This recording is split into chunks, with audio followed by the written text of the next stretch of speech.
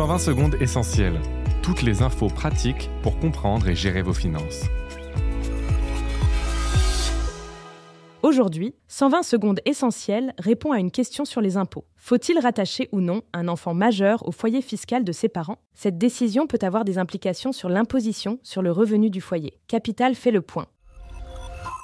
Dès qu'un enfant devient majeur, il n'est plus rattaché au foyer fiscal de ses parents. Son rattachement fiscal doit faire l'objet d'une demande. Pour qu'un enfant majeur puisse être rattaché au foyer fiscal de ses parents, il doit remplir 3 conditions. Être âgé de moins de 21 ans au 1er janvier de l'année d'imposition ou de moins de 25 ans s'il poursuit des études. Résider sous le même toit que ses parents ou être à leur charge. Et ne pas déclarer de revenus de manière indépendante.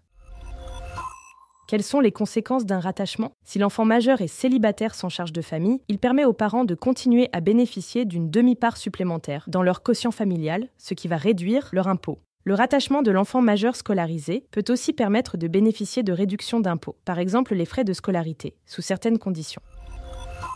En revanche, si l'enfant perçoit des revenus, ces derniers doivent être inclus dans la déclaration de revenus des parents, ce qui peut augmenter leur imposition. Ne sont pas pris en compte les indemnités de stage, les salaires des jobs étudiants et des apprentis, jusqu'à un certain montant.